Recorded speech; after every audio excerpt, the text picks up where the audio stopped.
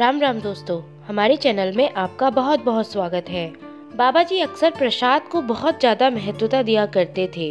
अपने आश्रम में भी जब भंडारा प्रसाद वो वितरित करवाते थे तो वह यह खास ध्यान रखते थे कि भंडारा प्रसाद का कोई भी प्रसाद बर्बाद ना हो, और वह भक्तों से भी यही अनुरोध किया करते थे कि कभी भी प्रसाद को बर्बाद नहीं करना चाहिए। प्रसाद उतना ही ले जितना आपको ग्रहण करना हो। इसी प्रकार से उनके भक्त यह चाहते थे कि बाबा जी एक बार उनके घर आकर प्रसाद अवश्य ग्रहण कर ले। इससे बाबा जी की उन पर हमेशा कृपा बरसती रहती थी। उनके घर में खाने पीने की कभी भी कोई कमी नहीं होती थी। इसी प्रकार उनके एक भक्त ने अपना किस्सा सुनाते हुए कहा, एक बार मैंने बाबा जी से बेहद आग्रह किया कि बाबा जी एक बार मेरे वहाँ प्रसाद पाने के लिए आ जाए। बाबा जी कल आने के लिए राजी हो गए। मैंने घर आकर व्यवस्था की। महाराज जी तथा उनके साथ के पंडित के लिए पूरी सब्जी तथा साथ ही साथ संभावित भक्तों के लिए फल मिठाई। मैं घर आकर पूरी व्यवस्था में जुट गया। मैंने महाराज जी तथा उनके साथ आने वाले पंडित के लिए पूरी सब्जी की व्यवस्था कर दी, और मुझे यह भी पता था कि महाराज जी के साथ और भक्तगण भी आएंगे, इसलिए मैंने उन भक्तगणों के लिए फल और मिठाई की व्यवस्था कर दी। दूसरे दिन बाबा जी भी आ गए। सदा की भांति 8-9 भक्तों को अपने साथ में लिए। 2 लोगों के लायक तो पूरी का आटा गुदा हुआ था और उसी अनुपात से सब्जी भी बनी थी। मेरी श्रीमती जी एक छोटी सी कढ़ाई में, जिसमें एक बार में केवल एक ही पूरी उतर सकती थी, उस पर पूरी बना रही थी। मैंने श्रीमती जी से जल्द प्रसाद बनाने को कहा, इसलिए वह एक एक कर पूरी उतारने को तत्पर हुई। कुछ ही देर बाद मैंने थाली का नया सेट भी निकाल दिया।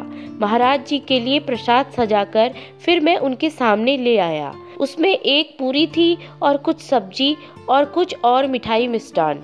धीरे धीरे महाराज जी उसे खाने लगे। मैं दूसरी पूरी लेने के लिए जैसे ही किचन की तरफ गया तो मेरे अहंग को बढ़ाने के लिए महाराज जी बोले, देखो कैसे दौड़ा जा रहा है मेरे लिए पूरी लाने के लिए।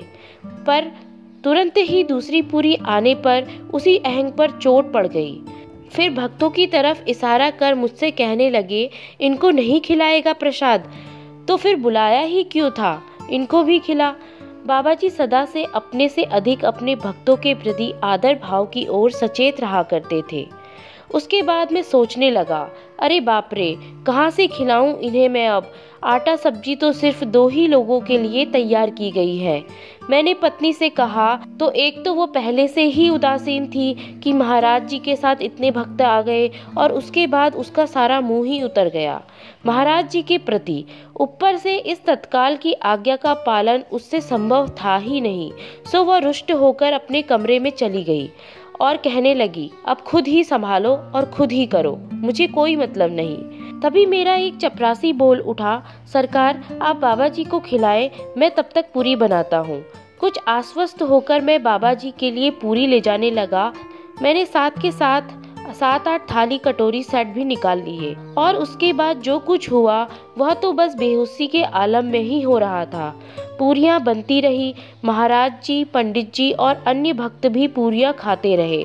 न तो अतिरिक्त आटा गूंथा गया और न ही सब्जी बनाई गई। सभी उसी आटे सब्जी में तृप्त हो गए, और फिर मिठाई और रसगुल्ले बंटना शुरू हुआ तो वह भी सब में पूरा पड़ गया। और जब बाबा जी चले गए तो उसी पूरी सब्जी में चपरासी भी संतुष्ट हुआ और ड्राइवर ने भी। रसगुल्ले का पात्र भी भरा ही मिला। बाकी परिवार और मैंने भी रोज की तरह अपनी खिचड़ी की जगह पूरी सब्जी ही खाई। 2 लोगों की जगह 19 व्यक्ति उस आटे सब्जी से तृप्त हो गए। यह कैसे हुआ वह किसी को नहीं पता। मेरी पत्नी भी यह सब देखकर एकदम आश्चर्यचकित रह गई कि आखिर यह हुआ तो कैसे। और यह सब बाबा जी की कृपा ही थी कि वह अपना यह चमत्कार हमें दिखाना चाह रहे थे। जब भी हम आदर पूर्वक किसी के सत्कार के लिए उसे घर पर बुलाएं तो उसके साथ आए हुए अन्य व्यक्तियों का भी उसी आदर और सम्मान के साथ सत्कार करें। दोस्तों, अगर आप भी चाहते हैं कि आपके घर पर कभी भी अन्न की कमी ना हो तो हमेशा अपने घर पर आने वाले अतिथि के सेवा सत्कार में कोई कमी न छोड़ें। इसके आपके घर पर धन और अन्न का भंडार हमेशा बना रहता है। तो दोस्तों, आशा करती हूँ बाबा जी के भक्त का यह वीडियो आपको बहुत अच्छा लगा होगा। ऐसे ही और वीडियोस देखने के लिए चैनल को लाइक व सब्सक्राइब करें ताकि सबसे पहले आपको हमारे वीडियोस के नोटिफिकेशन मिल सके। धन्यवाद।